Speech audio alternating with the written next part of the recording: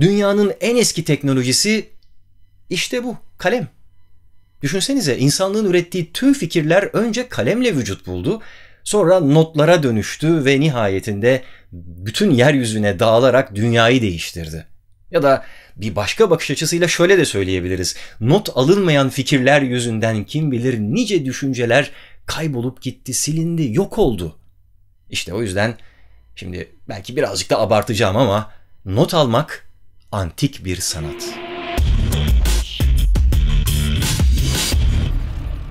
Küçük bir sorun var şimdi size. Hazır mısınız? Şu notların kime ait olduğunu tahmin edebilir misiniz? Biraz daha ipucu vereyim isterseniz. Dünyanın en başarılı iş adamlarından biri olarak kabul edilen Richard Branson'a. Kendi yazdığı bir blog yazısında sahibi olduğu Virgin Holding'in bazı şirketlerinin çok alakasız anlarda doğduğunu belirtmiş. Eğer not defterlerimizi açıp da o anlarda yakaladığımız fikirleri yazıya geçirmeseydik belki de bütün bunlar hiç gerçekleşmeyecekti diyor. Şimdi itiraf zamanı. Benim üniversiteye gittiğim yıllarda sınıfımızda çok güzel not tutan arkadaşlarımız olurdu ve laf aramızda genellikle bunlar kız arkadaşlarımızdı. Sonra bu notlar fotokopilerde çoğaltılır ve sınav zamanlarından önce harıl harıl çalışılırdı.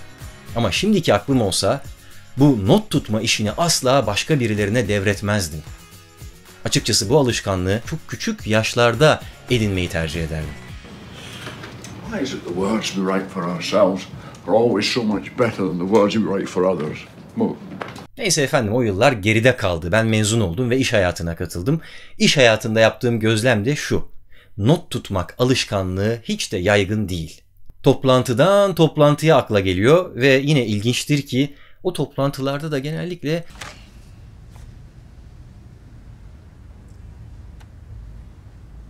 hanım iş arkadaşlarımız bu notları tutuyor. Oysa not tutmanın cinsiyeti olmamalı. Aklınızdaki fikirlerin yazıya dönüştürülüp vücut bulması gibi son derece önemli bir görevi başka akıllara devretmek bence en başta kendinize zarar verir. Gerçek bir keşif yolculuğu için yeni yerlere ulaşmak gerekmez diyor Marcel Proust. Yeni gözlere sahip olmak yeterlidir. İşte o yeni gözlerle daha iyi görebilmek için gördüklerini not etmek son derece önemli. Evet, sonuçta hepimiz okur yazarız ve bir kısmımız gerçekten de okuyoruz ama iş yazmaya gelince katip, arzu halim yaz yâre böyle. Sonuçta okul yıllarında değil belki ama geç de olsa ben not tutmanın önemini kavradığımı düşünüyorum ve bana göre bunun 4 şeye faydası var. Öncelikle düşünmeye, dolayısıyla fikirler üretmeye. Sonra bu fikirleri düzenlemeye, yani aralarında bağlantılar kurmaya. Ve daha sonra da bu önemli olan fikirleri hatırlamaya. Ve tüm bu süreçlerin sonrasında da tabii ki etkili olarak öğrenmeye faydası var. Kalem beyninizin ve vücudunuzun en doğal uzantılarından biri. Vücut geliştirmek isteyenler bana göre bu işe parmaklarından ve bileklerinden başlamalılar. Çünkü yazı yazma ve not tutma becerilerini geliştirirseniz aslında bir anlamda vücudunuzun en değerli, en önemli organını da geliştirmiş oluyorsunuz. Yani beyninizi.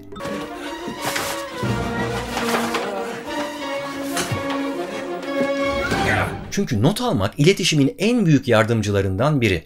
Ama not almak deyince iletişimde karşıdakinin söylediklerini, her söylediğini aynen yazıya geçirmek gibi bir algıya da yol açmak istemem. Zaten daha önce yaptığım kalem klavyeden keskindir diye bir videoda da bu konuya değinmiştim, hatırlarsanız. Not almak, yazı yazmak sadece kaydetmek demek değildir demiştim. Bu çok pasif bir davranış biçimi olur. Oysa gerçekten not tutmaya çalışırsanız karşınızdakini de gerçekten dinlemeye başlarsınız. Aktif bir öğrenme süreci başlatırsınız. Çünkü not tutmak teoriyi pratiğe dönüştürmektir. Teorik bir bilginin beyniniz tarafından daha iyi kavranmasını ve sonradan da hatırlanarak bunun pratik bir uygulamaya veya bir davranışa dönüşmesini sağlar. İsterseniz şöyle bir deneme yapın. Bir şeyleri çalışırken ya da okurken ya da dinlerken, izlerken kendinize göre notlar tutmaya çalışın.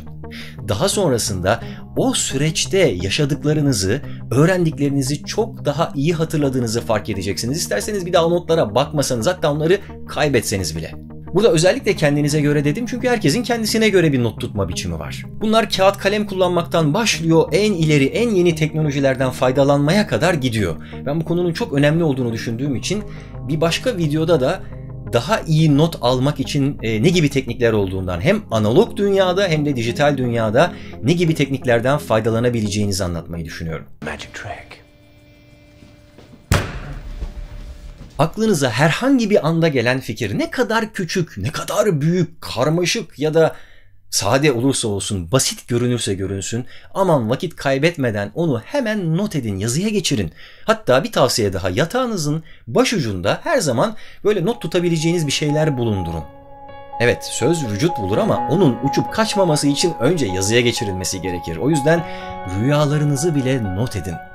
Çünkü düşlerin ne zaman gerçekleşeceği hiç belli olmaz. Go ahead. Go ahead and what? Right.